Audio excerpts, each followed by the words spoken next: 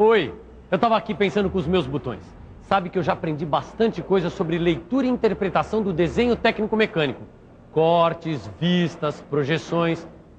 Mas hoje me pintou uma dúvida. Pensa comigo. Imagina se eu tiver que representar esta máquina aqui num desenho técnico. É lógico, se eu quiser desenhar ela inteirinha com as medidas que ela tem na realidade, vai ser impossível que ela caiba dentro de um papel. Bom, eu vou ter que fazer um desenho reduzido. Mas a pergunta é, quantas vezes eu vou ter que reduzir as medidas do desenho técnico desta máquina para que ela caiba dentro do papel? E outra, se uma pessoa, um técnico, por exemplo, observar o desenho que eu fiz, como ele vai saber quantas vezes o desenho técnico foi reduzido? Você não sabe? Não tem a menor ideia? Você está que nem eu. Mas não se preocupa não, que este é justamente o assunto da nossa teleaula de hoje. Na teleaula de hoje, nós vamos aprender o que é representação em escala, como indicar a escala num desenho técnico e os vários tipos de escalas recomendadas. E também como fazer a cotagem de ângulos em diferentes escalas. Bom, quando a gente tem alguma dúvida, a gente procura ajuda. Isso significa procurar o Silva. Ah, e você não saia daí, porque a nossa teleaula de hoje está apenas começando. Ô, Silva!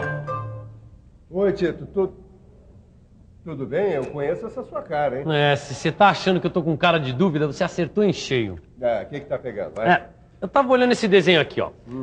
Dá uma olhada, no lado direito aqui tem uma inscrição. Ó, tem essas letras aqui e esses números.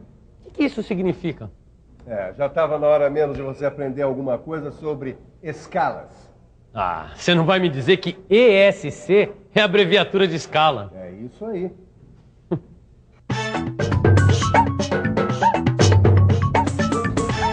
Escala. Escala é uma forma de representação que mantém as proporções das medidas lineares do objeto representado. Já sei. Isso dá indicação de quanto a peça representada no desenho foi reduzida. Exatamente. Esse garoto vai longe. Bom, e esses números aqui? O que significam? Esse número significa justamente a relação do tamanho do desenho da peça com o tamanho real da peça. Tamanho real significa a grandeza que as coisas têm na realidade. Existem certas coisas que podem ser representadas em tamanho real. Dá só uma olhada aqui. Objetos como esse parafuso e essa chave podem muito bem ser representados num desenho com o tamanho que eles têm na realidade. Mas existem objetos que não podem ser representados em seu tamanho real, porque são muito grandes para caber numa folha de papel, ou são tão pequenos que, se os reproduzíssemos em tamanho real, seria impossível analisar os seus detalhes. Para resolver esse problema, é preciso reduzir ou ampliar as representações desses objetos. E é aqui que entra a representação em escala. Com a escala, é possível representar no papel objetos de qualquer tamanho real. No caso de um objeto ser desenhado em tamanho real, as suas medidas lineares serão mantidas. No caso de ampliação ou redução, as suas medidas lineares serão aumentadas ou reduzidas proporcionalmente. E nos três casos, as formas dos objetos serão mantidas. Seria melhor se a gente mostrasse isso na prática, né? Também acho. Olha só. Imagine que este quadrado, que vamos chamar de figura A, represente a vista frontal de um cubo. Como é um quadrado, obviamente tem 4 lados iguais e 4 ângulos retos, certo? Vamos imaginar também que cada lado A mede 2U, ou 2 unidades de medida. Agora imagine um outro quadrado, que vamos chamar de B. Só que cada lado de B é uma vez menor que cada lado correspondente de A. Então se pode dizer que as medidas dos lados de B foram reduzidas proporcionalmente em relação às medidas dos lados do quadrado A. Imagine mais um quadrado. Agora vamos chamar quadrado C. Cada lado de C é 2 vezes maior que cada lado correspondente de A. Então eles foram aumentados proporcionalmente em relação aos lados do quadrado A. Como a figura A foi desenhada de acordo com as medidas reais do cubo, dizemos que este desenho está em escala natural.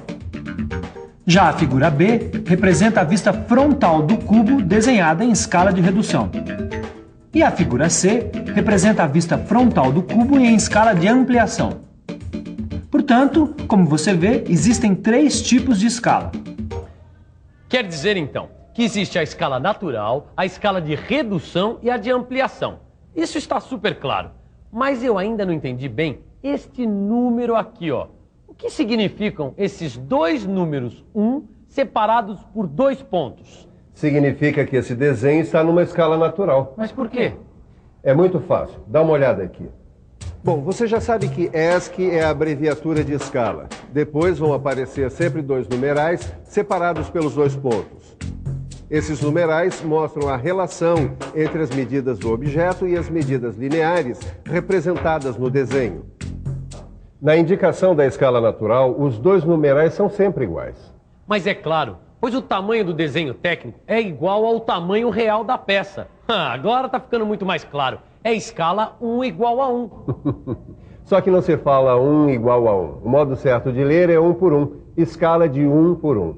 Preste atenção, porque sempre que você encontrar um desenho que está em escala 1 por 1, significa que ele está em escala natural. Ou seja, o tamanho do desenho é igual ao tamanho do objeto representado. Mas o que é que você não está entendendo nesse desenho, Caio? Me parece que está tudo muito claro. Não é no desenho, Ananias. É nessa inscrição aqui embaixo, olha. Eu vejo essa inscrição em vários desenhos, mas não sei o que significa. Olha, isso aqui é muito fácil. Essa é a indicação da escala que foi utilizada nesse desenho técnico. Tá vendo? Tá escrito aqui, ó. Escala 1 por 20. Isso significa que esse desenho foi reduzido na relação 1 por 20. Ou seja, as medidas desse desenho são 20 vezes menores que as medidas correspondentes da peça real. Que legal, Ananias. Olha, essa eu não sabia, hein? Agora dá pra gente precisar exatamente o quanto a peça foi reduzida no desenho. Isso mesmo. E é por isso que essa é chamada escala de redução. Na escala de redução, o numeral que fica à direita do sinal de 2 pontos vai ser sempre maior que 1. Tá legal. Mas e se for o contrário? Por exemplo, o objeto real for menor que o desenho? Isso acontece quando um objeto é muito pequeno e é necessário analisar todos os seus detalhes. Então, a gente faz um desenho técnico em escala de ampliação. Eu tenho um desenho aqui. Peraí. Tá aqui, ó. É o desenho de uma agulha de injeção. É um objeto muito pequeno para ser representado em tamanho real. Tá vendo? Olha a escala embaixo do desenho. Reparou que agora o numeral à esquerda dos 2 pontos é maior que o numeral à direita? É mesmo, 2 por 1. Então, isso significa que as dimensões do desenho são 2 vezes maiores que as dimensões correspondentes da agulha, não é? Exatamente. Nas escalas de ampliação, o numeral da esquerda é sempre maior do que 1 e o numeral da direita será sempre 1.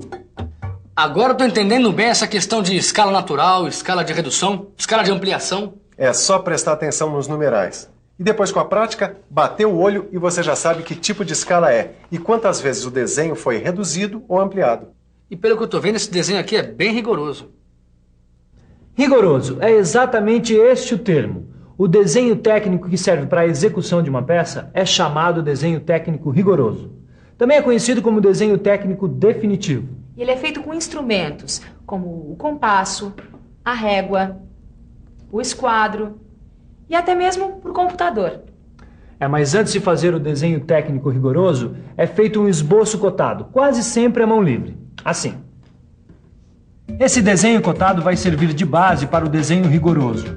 Ele contém todas as cotas da peça bem definidas e legíveis, mantendo a forma da peça e as proporções aproximadas das medidas, como no caso desse esboço de uma bucha. Repare que no esboço cotado, as medidas do objeto não são reproduzidas com exatidão. Já no desenho técnico rigoroso, existe a preocupação com o tamanho exato da representação. O desenho técnico rigoroso deve ser feito em escala, e a escala deve vir indicada no desenho, como está aqui. Tudo bem, mas tem uma coisa que eu ainda estou em dúvida. Eu já aprendi a ler e a interpretar desenhos técnicos em escala natural, de redução e de ampliação. Agora, eu também sei que as peças podem ser representadas com uma redução de até 1 por 20. Mas será que a escolha das escalas é feita livremente? Boa pergunta. Na verdade, a escolha da escala a ser empregada não é arbitrária. Existem algumas escalas que são recomendadas pela ABNT. Olha só essa tabela aqui. Veja você também. Viu? Olha lá a escala natural. É sempre 1 por 1. Já as escalas de ampliação e de redução possuem outras variações. Mas se você prestar atenção nas escalas de redução, verá que todas as escalas se baseiam em variações de 1 por 2, 1 por 5 e 1 por 10.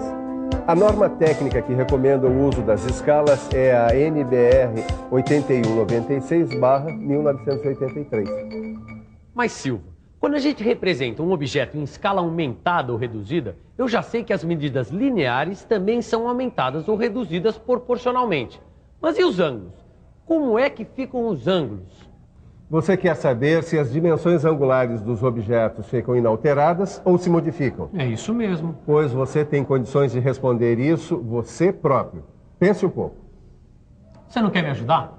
Vamos pensar um pouco? Vamos pensar um pouco. Deixa eu ver. Em primeiro lugar, vou imaginar um desenho que tenha um corte com um ângulo de 90 graus. Vou imaginar também que esta figura está representada em escala natural. Muito bem. Agora, vou imaginar um desenho da mesma figura em escala de redução de 1 por 2. Ah, olha lá. As cotas que indicam a medida do ângulo de 90 graus aparecem nos dois desenhos.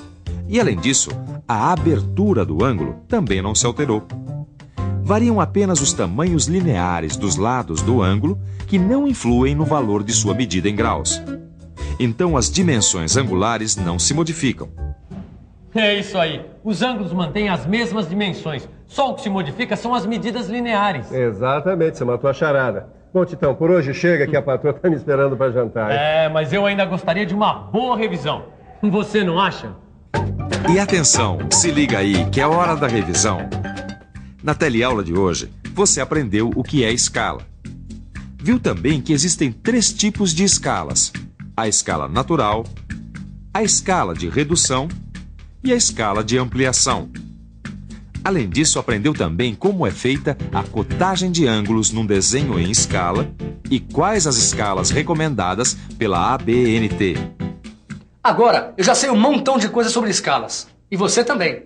Mas desenho técnico mecânico é acima de tudo prática. Por isso, faça os exercícios do seu livro de estudo para ficar bem afiado nesse assunto. Até a próxima. Tchau. Tchau.